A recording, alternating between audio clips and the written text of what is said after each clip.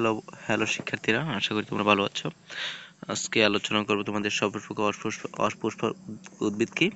এটা জানতে হলে অবশ্যই তোমাদের চ্যানেলটি সাবস্ক্রাইব করে আমাদের পাশেই থাকতে হবে, যেন আমরা তোমাদের ফ্রিতে ভিডিওটি প্রোভাইড করতে পারি।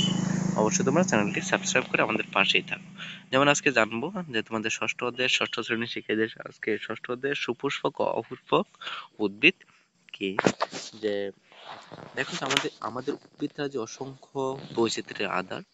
অনেক উদ্ভিদ আছে যারা ফুল বহন করে, আবার অনেক উদ্ভিদ ফুল ছাড়াই জীবনকাল অতিবাহিত করে। ফুলের উপস্থিতি ও অনুপস্থিতির উপর ভিত্তি করে উদ্ভিদকে সপুষ্পক ও অপুষ্পক এই দুই দলে ভাগ করা হয়েছে। যে সকল উদ্ভিদে ফুল হয়, যেমন আম, জাম, দান, নারকেল এরা সপুষ্পক উদ্ভিদ। অপরদিকে মশ, ফার্ন ইত্যাদি যাদের ফুল হয় না, এরা অপুষ্পক উদ্ভিদের অন্তর্ভুক্ত। ফুলের উপস্থিতি উদ্ভিদের জন্য অনেক গুরুত্বপূর্ণ, কেননা ফুলের জন্যই পরাগায়ন সহজতর হয়ে থাকে, যা উদ্ভিদের বংশবৃদ্ধিতে সাহায্য করে। তো এখানে দেখো যে একটি চিত্র দেওয়া আছে, এগুলো থেকেও অনেকটা ধারণা নেওয়া যায়। যে এখন দেখো যে আমরা সবুজ ও পরভুজ উদ্ভিদ সম্পর্কে জানবো। যে দেহের পুষ্টি সাধনের উপর ভিত্তি করে উদ্ভিদকে সবুজ উদ্ভিদ ও পরভুজ এই দুই ভাগে বিভক্ত করা যায়। আমাদের চেনা সব সবুজ উদ্ভিদের কোষে ক্লোরোফিল নামক রঞ্জক এরা থাকায় সালোক সংশ্লেষণ প্রক্রিয়ায় নিজের খাদ্য নিজেরাই তৈরি করতে পারে। এরাই হলো সবুজ উদ্ভিদ, মানে হচ্ছে যারা নিজের খাদ্য তৈরি করতে পারে তারাই হচ্ছে সবুজ উদ্ভিদ।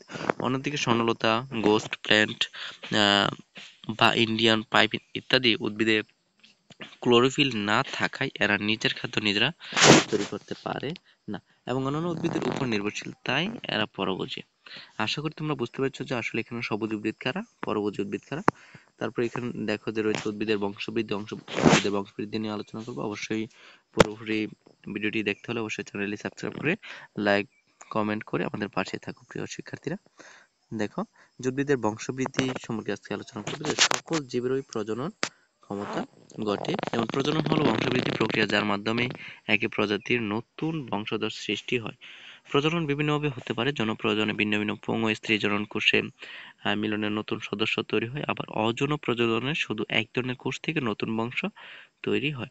কোনো কোনো উদ্ভিদ, প্রাণী কিংবা অণুজীবে উভয় ধরনের প্রজনন দেখা যায়। আশা করি তোমরা বুঝতে পেরেছো। আজকের জন্য এতটুকুই। ভালো থাকো, সুস্থ থাকো, ধন্যবাদ।